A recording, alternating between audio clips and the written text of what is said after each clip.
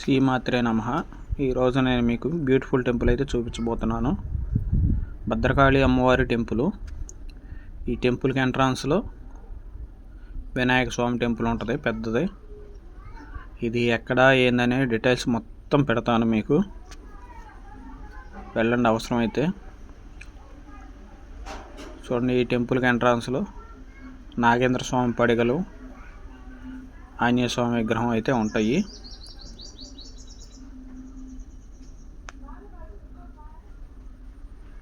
ఈ టెంపుల్ వచ్చేసి తాళ్ళూరు గ్రామం అనే ఊళ్ళో ఉండిద్ది అనమాట, పెరంగపురం దగ్గర. వెళ్ళాలంటే వెళ్ళొచ్చు. ఇక్కడ గురువుగారు ఈ ఉగాది నుంచి నెక్స్ట్ ఉగాదికి 108 శివలింగాలు ప్రతిష్టాపన చేయాలని చెప్పి పూజారి గారు అనుకున్నారనమాట.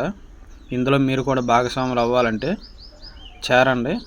మీకు గురువు గారి నెంబరు స్క్రీన్ మీద పెడతాను. కావాలంటే ఆయనకి కాల్ చేసి మాట్లాడి మీరు కూడా అందులో భాగస్వాములు అవ్వచ్చు అనమాట. చూడండి, 108 శివలింగాలు ప్రతిష్టాపన చేయాలని ఆయన కోరుకుంటున్నారన్నమాట. ఈ ఉగాది నుంచి నెక్స్ట్ ఉగాది నాటికి.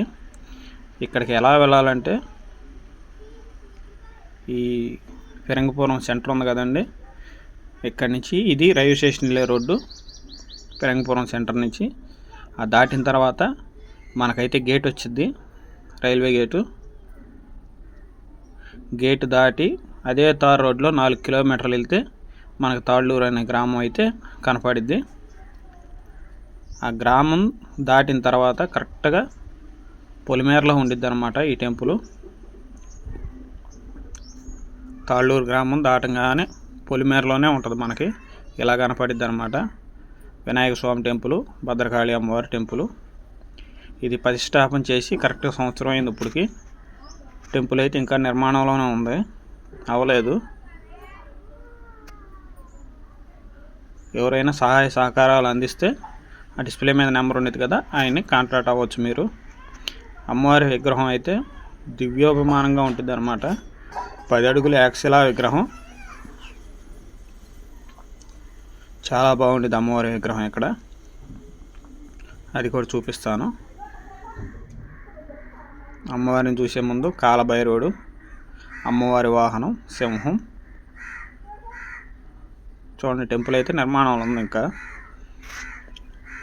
చూడొచ్చు, ఇదిగోండి అమ్మవారి విగ్రహం ఎంత బాగుండిద్దో చూడండి. 10 అడుగుల యాక్సిలా విగ్రహం అన్నమాట. చాలా బాగుండేది విగ్రహం. చూడంగానే కళ బాగా కానొచ్చింది అనమాట. అమ్మవారి కళ్ళల్లో నిజంగా జీవం ఉన్నట్టే కనపడిద్ది అమ్మవారు. ఈయన వచ్చేసి పూజారి అండి, గుడి పూజారి. అమ్మవారి టెంపుల్ పక్కన ఈ గ్రామదేవత, తాళ్ళూరు గ్రామదేవత గంగమ్మ తల్లి టెంపుల్ కూడా ఉంది. ఇక్కడైతే ఆదివారం జనం బాగా వచ్చి పొంగళ్ళు అవి పెట్టుకుని మొక్కులు అవి చెల్లించుకుంటారు. ఎవరైనా వెళ్ళాలితే వెళ్ళండి.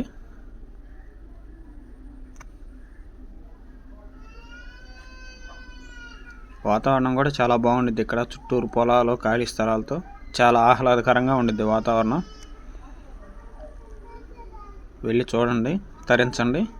వెళ్తూ నా ఛానల్ సబ్స్క్రైబ్ చేసుకుంటారని కోరుకుంటున్నాను. శ్రీమాత్రే నమః. జై భద్రకాళి. ఇక్కడ గురువుగారు ప్రతి ఆదివారం 11 గంటల నుంచి ప్రశ్న కూడా చెప్తారు. అవసరమైన వాళ్ళు వినియోగించుకోండి. 11 గంటల నుంచి 12 గంటల వరకు అయితే ప్రశ్న చెప్పడం జరుగుతుంది. ఈ అవకాశాన్ని కూడా వినియోగించుకోండి భక్తులు. ప్రతి ఒక్కరూ టెంపుల్కి వెళ్ళి దర్శనం చేసుకుంటారని కోరుకుంటున్నాను.